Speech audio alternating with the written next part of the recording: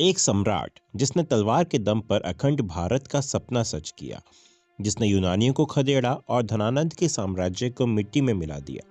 लेकिन अचानक उसी सम्राट ने अपना मुकुट उतार दिया, अपनी तलवार फेंक दी और दिगंबरी जैनेश्वरी दीक्षा लेकर निर्वस्त्र हो घोर तपस्या के लिए निकल पड़ा।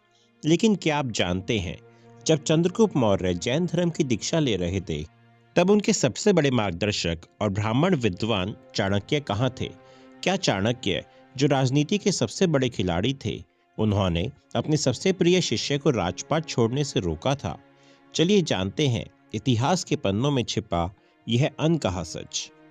इतिहासकारों के अनुसार मौर्य साम्राज्य में लगातार 12 वर्षों का भीषण अकाल पड़ा।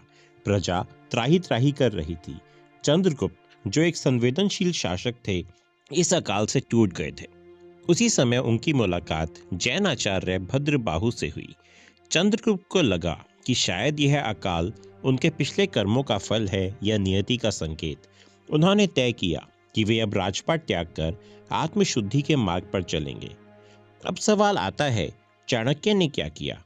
चाणक्य अर्थशास्त्र के रचयिता थे, जिनके लिए राष्ट्र सर्वोपरि था।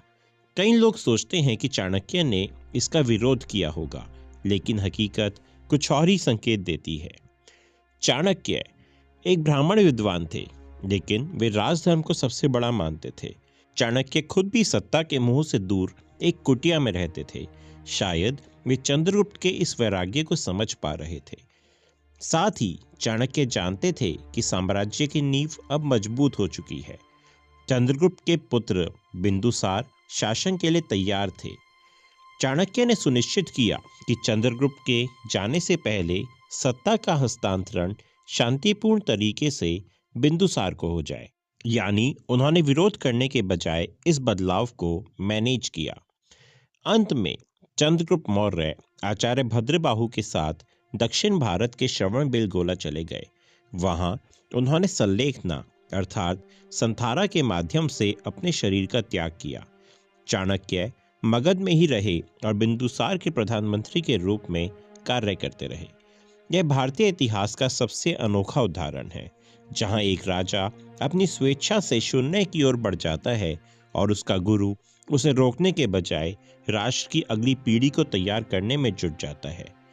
गुरु शिष्य की इस जोड़ी ने बताया कि सत्ता जीतना बड़ी बात है, लेकिन उसे सही समय पर त्याग देना उससे भी बड़ी महानता है। यदि आपको यह जानकारी अच्छी लगी तो इसे अपने दोस्तों के साथ शेयर अवश्य करें। साथ ही हमारे चैनल को सब्सक्राइब करना बिल्कुल ना भूलें। धन्यवाद।